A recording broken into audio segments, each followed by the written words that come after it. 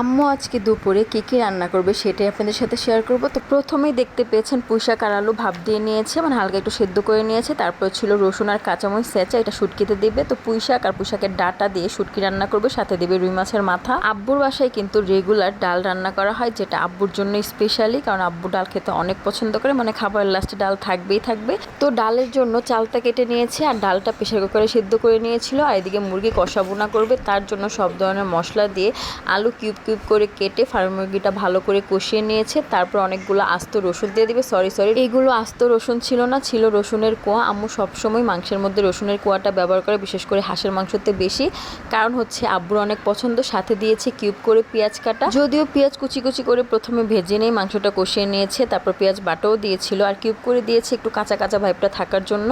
তো রসুনের সাথে কিউব করে পেঁয়াজটা দিয়েছে যাতে হালকা সিদ্ধ হলেই নামিয়ে নিবে। আর লাস্টে তো জিরার গুঁড়া থাকছে। আম্মুর রান্না না আসলেই অন্যরকম, সবার আম্মুর রান্নাই সব ছেলে মেয়েদের কাছে স্পেশাল হয়, আমার কাছেও অনেক ভালো লাগে।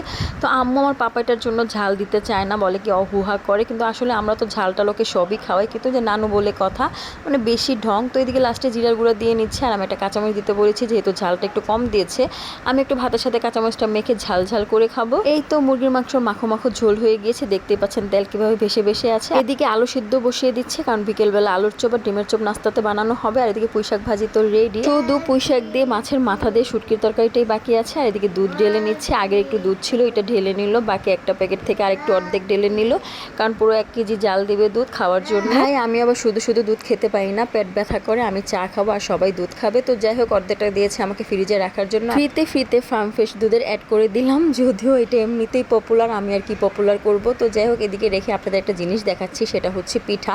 কে কি পিঠা বলেন আমি জানি না, আমরা এটাকে নকশি পিঠা বলে, আবার হান্দেশ পিঠাও বলে, মানে গ্রামের বাসায় হান্দেশ আর এমনিতে শুদ্ধ বাসায় নকশি পিঠা। তো এই তো দেখতে পাচ্ছেন, এগুলো আম্মু আমার জন্য রেখেছিল, আমি আসলে ভেজে দিবে। তো এটা একটু পাতলা করে বানিয়েছি, এমনিতে এগুলো আরও মোটা হয়। এগুলো আগের দিনে বিয়ে বাড়িতে, মানে জামাইদের বাড়িতে পাঠানো হতো চিড়া মুড়ি এগুলোর সাথে, তো অনেক বানানো হতো। তো এগুলো আম্মু অল্প একটুই বানিয়েছিল পাতলা করে। তো এগুলো আগে তেলে ভেজে তারপরে গুড়ের শিরায় ফেলবে।